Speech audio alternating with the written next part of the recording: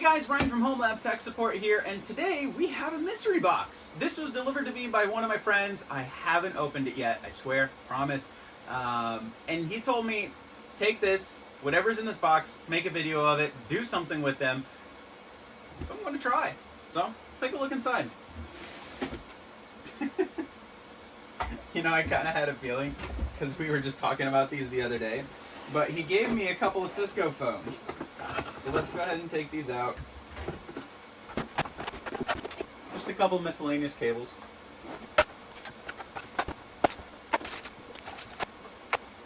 Okay, now that these are mostly cleaned up, oh, looks like I missed a spot.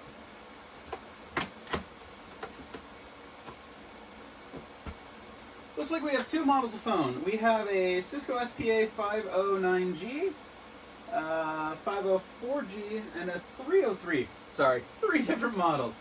These two look very similar. The next thing is to see if these are SIP compatible.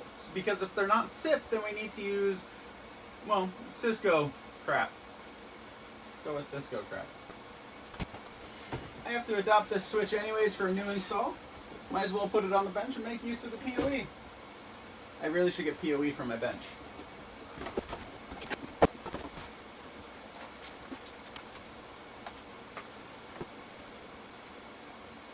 Well, it looks like 2 out of 3 phones are booting up. You know, if memory serves me correctly, I don't think the 303s are PoE compatible. I'm going to go with a no.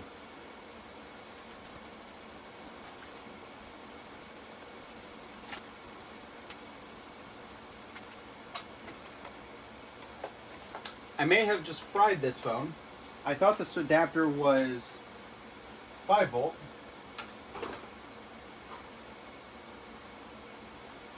Output says 48 volt.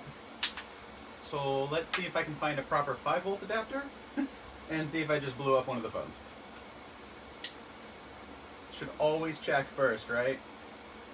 Don't ever assume. Especially when the box says for a Polycom phone. 5 volt adapter!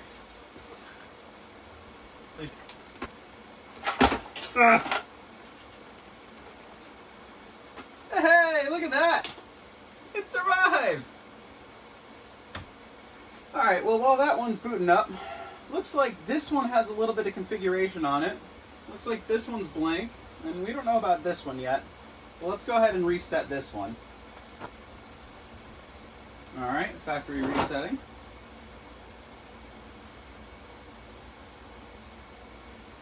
This one's still on initial. Oh, there's the link. It looks like this one's got. Ha! It connected! I wonder what this actually goes to. Here. You are about to enter an echo test. In this. Hello. Still works. Let's make a phone call.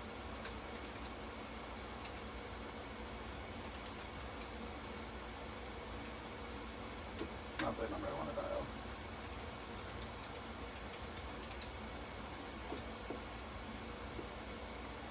I don't want you seeing my number.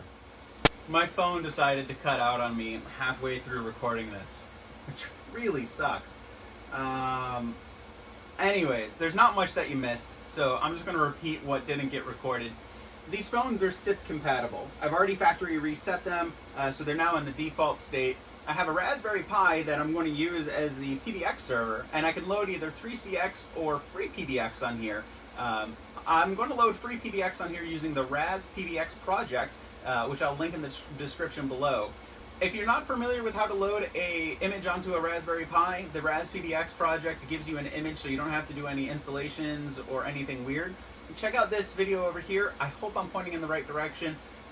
This video will show you how to get started with a Raspberry Pi. That's not what this video is about.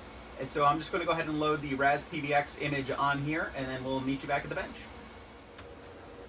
Okay, so the Raspberry Pi is loaded with raspbx. Let's go ahead and plug it into video and Ethernet and power.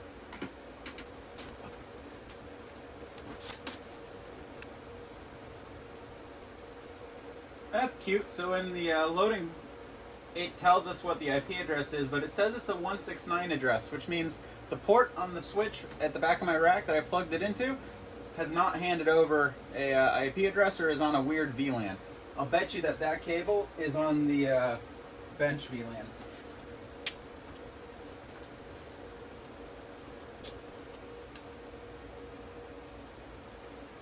You know, it really would have helped if I looked at what the default username and password was before I unplugged everything from my bench computer.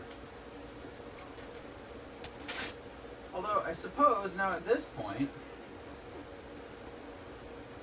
raspbx, only one that's on the network.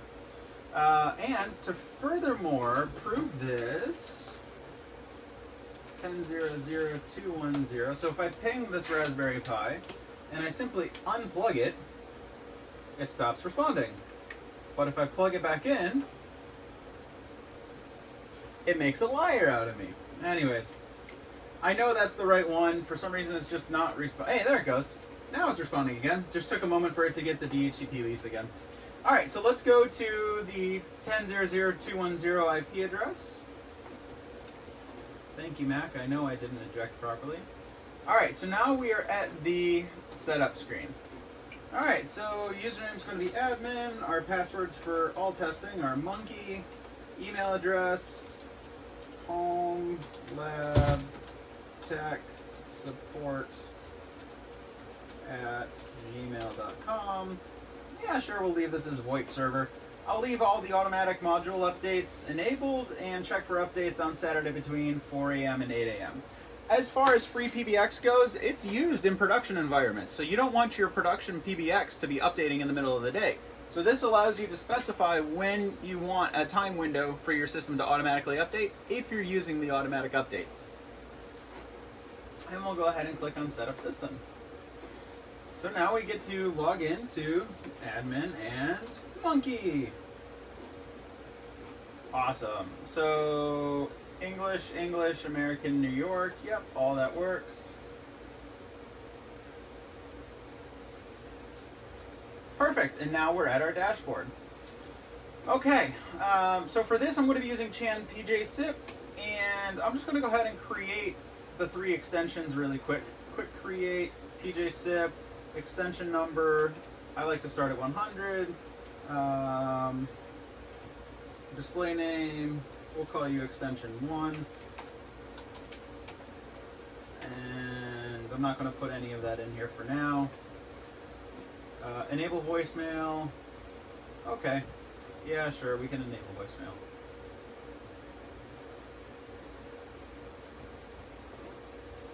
Alright, let's do the same thing. Quick.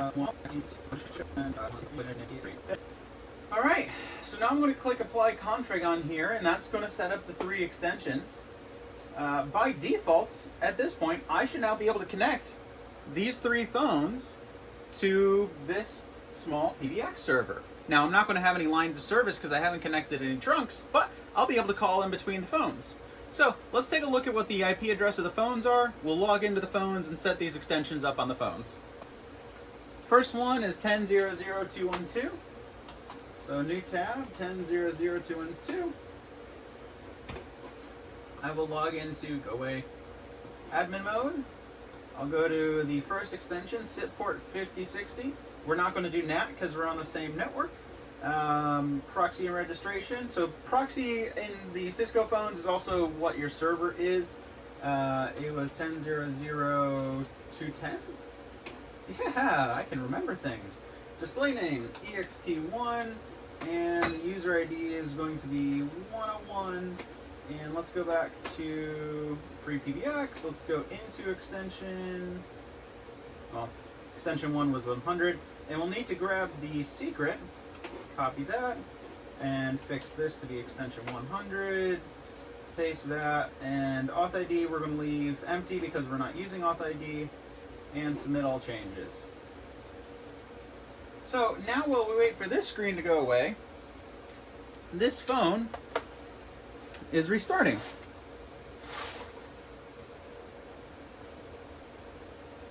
Look at that, extension 100, and we have a green light which means it's registered. So if we do star 43,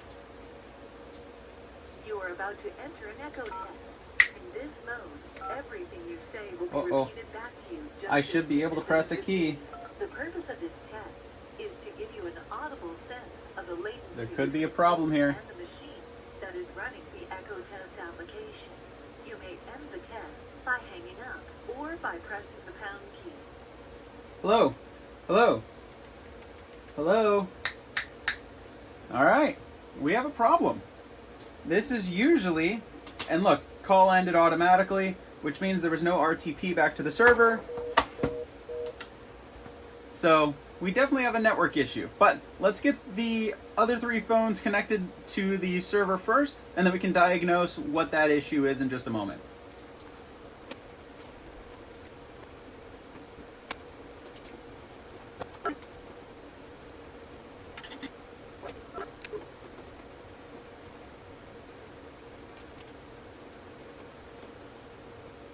All right, let's try again. You are about Hey, hey, hey, hey, haha.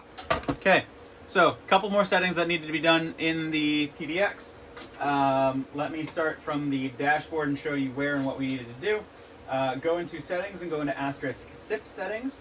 Right below there, click on detect network settings, and it's going to detect your external and your internal IP address range. Neither of those were set or set properly. Had a weird external IP address, maybe just when they were pre-configuring this in the beginning and creating the image. But as soon as I did that, submitted and applied all the configuration changes, now I can do my echo test. You are about to enter an echo test. In this mode, everything you say will be repeated back to you. I can hit the button and it actually ends, and oh, hello, hello, hello. So that's the whole point of an echo test, is to feed back to you exactly what the server's getting, and that's going to show you really quickly, do you have two-way audio on the phone? Can you maintain a call? Can that echo test stay connected for more than 30 seconds? Because if you have RTP, which is your audio stream, and you don't have the SIP signal between your phone and the server properly, you may have been able to establish the session, but is it continuing? Is it keeping that alive through any NAT connections that you have? Except in this case, we don't have NAT because we are on the same network. So now I should be able to call in between the other phones. Let's check it out. Okay, extension 100, 101, 102. So now I should be able to dial 101 and extension 101 rings. Hello? Hello, hello, hello. When I hang up here, this one should terminate the call. Well, it understands that the call was ended, but the phone itself did not, after beeping for a little bit. That's a setting inside the phone itself that can be adjusted a little bit later. And I should be able to dial 102 as well, which I can. And from there, I should then be able to create a conference call.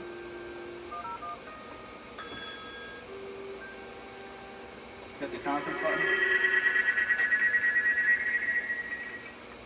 And now all the phones are in an active conference call and can talk to each other. You can do this with the conference module in freepbx, and there's a lot more that can be done from here. But I'm going to kind of end this video because this can spiral out of control with setting up freepbx. Oh, I can hear myself through this. Perfect. See, these phones did it. Anyways, thank you for joining me on Home Lab Tech Support with the mystery box today and getting these phones set up with freepbx using the raspbx image. I'll put information about the raspbx project down in the description, but please remember to, I'm trying to get away from the Facebook mentality. Please remember to subscribe and hit the little bell so that you'll be notified about my new videos. COVID brought some life issues for me and my family, so unfortunately I wasn't able to keep up with my previous promise about keeping a ton of videos flowing. So today, this singular day, I have recorded 3 different videos that I'm going to be editing and uploading to YouTube so that you guys get some content back to back to back. And until then, I hope to see you guys again here soon, and you can check out one of these other videos in the meantime. I'm going to clean these phones up while you're looking at those links.